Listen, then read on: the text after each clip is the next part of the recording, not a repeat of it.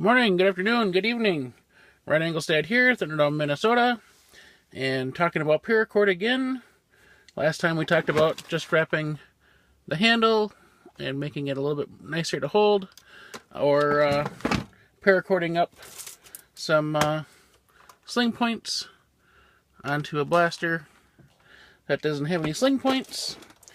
And today we're going to talk about let's see. While I was thrifting, shopping the clearance aisle, I found these bottles at Walmart for $2. They're the nice Ozark Trail insulated bottles, and so the kids have auctions for scouts, and so I thought we'd paracord up a couple to make them a little bit snazzier for that, and add a clip and make it nice and stiff.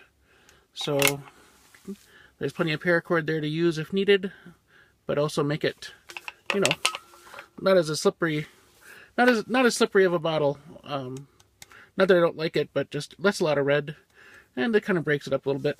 So that got me going again on paracord and looking at different paracords. So when I was thrifting, I actually came across a bag of pink and gray paracord. It was like 75 cents when you figure 75% off of that price. And then I also was able to thrift a couple of these boom coil blasters that are the triple shot shotgun or single. I think they're the triple blast, boom coil, tri-blast. And they don't have a trigger guard. So I thought maybe we try paracording up a trigger guard. And it turned out really well. I was actually kind of impressed at how nice and stiff that turned out.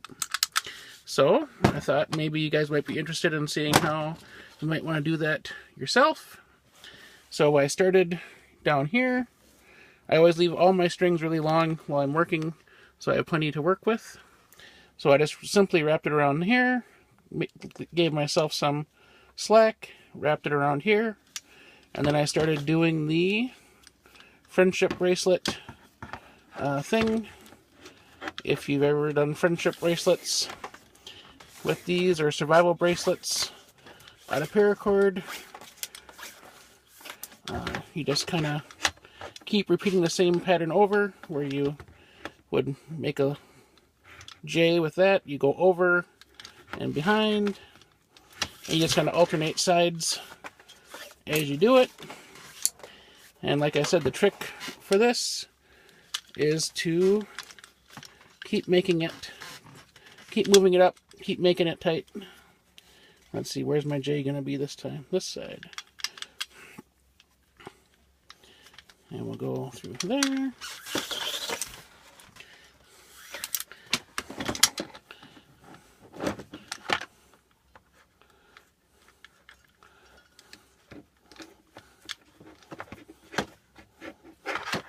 And make the J again.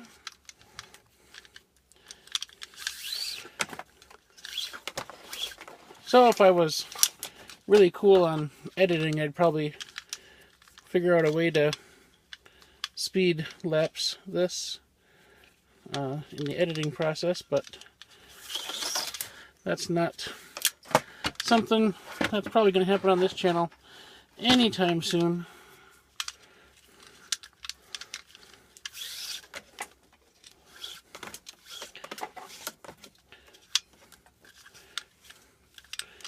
And let's see, how many more can we get in here?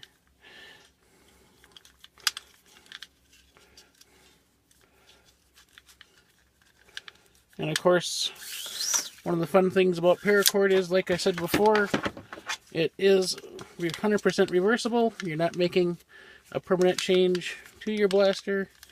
These are changes that you can always change later. And unless you want to do it again, if you're going to make any upgrades or paint or clean it or anything you're going to do, always think about doing that before you start doing this, or you just do it again. But then again, if you end up doing it again, you'll probably end up doing it better the second time, because then you'll be practiced and you'll have your technique down and all that good stuff. So, yeah. Okay, so I kind of got a flub maybe there. That's where I stopped to do the video to show. Okay, if I tighten it a little bit, see, I could tighten it a little bit more. Oh, yeah, I did see when I stopped, I actually did a double on this side here. But that's all right. We'll keep going on for the sake of the video. I've already started and stopped this a couple times. So, see if I get these last two in.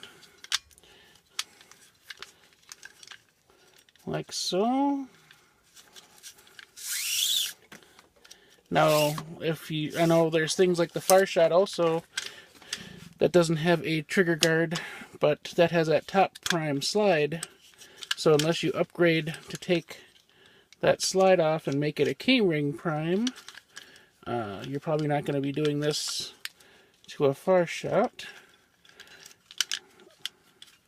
I'm trying to think of Nerf blasters that don't have trigger guards. None are jumping right to mind, I guess. I'm sure there are some. I just there aren't any recent ones that came to mind. So we're pretty stiff on that. We're nice and tight. We might be able to get one more in there. Yep, we can get one more in there.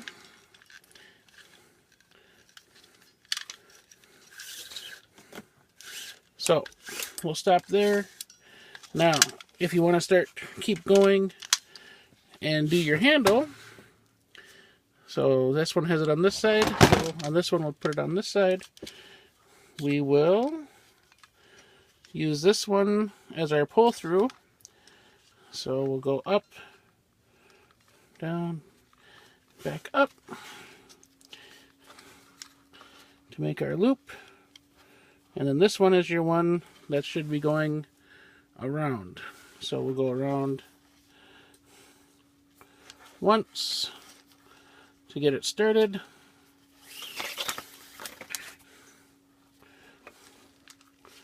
Tighten that up. Right.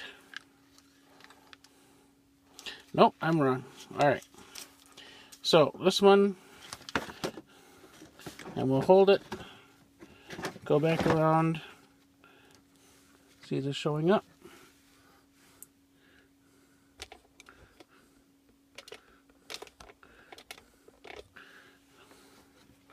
So what I did was brought it around the back, made a loop, then brought it back around the back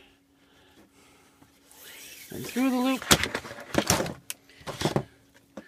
Yeah, see, that's part of the problem. Is one of the reasons why we're putting these handles on is because these blasters can get so slippery. But we're also doing it out in front of us. We're not able to hold it close to our body and have that third hand. So, let's see. Yep, now I'll hold the loop again and go back around the handle the other way.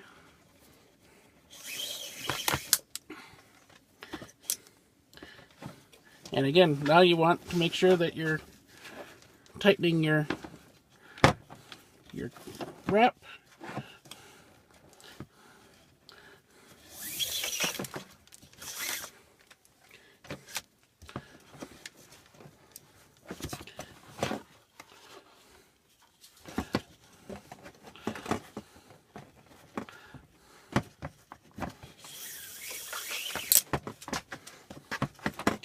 Alright, and then you just keep working down the handle like that.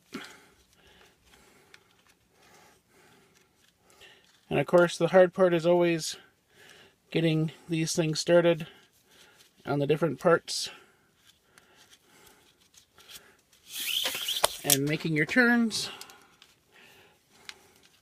But once you get going and get a rhythm going, it does make it easier.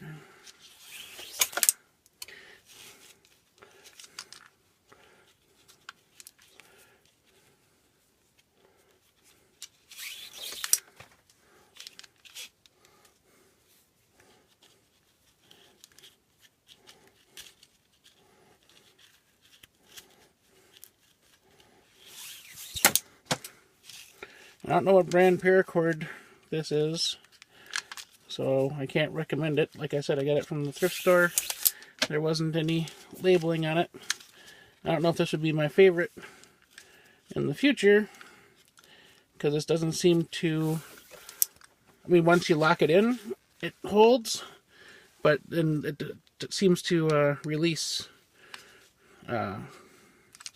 unless you lock it in at the very end. So, yeah, we'll do one more.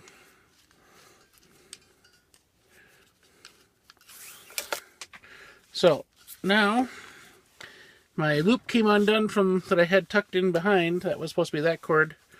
So what we'd do now is, I'm not going to show it because it would take too long, but it wouldn't be hard to see. What we're going to do is you take your final finish end and feed it up under what you just wrapped and come out through the top, which is like what you'd see over here.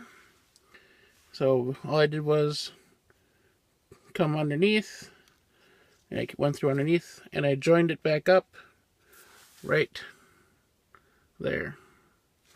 So like it would be the same again. This little bit would be right here, and when this came up, I'm going to join it right together right there, but that'd be too awkward to show.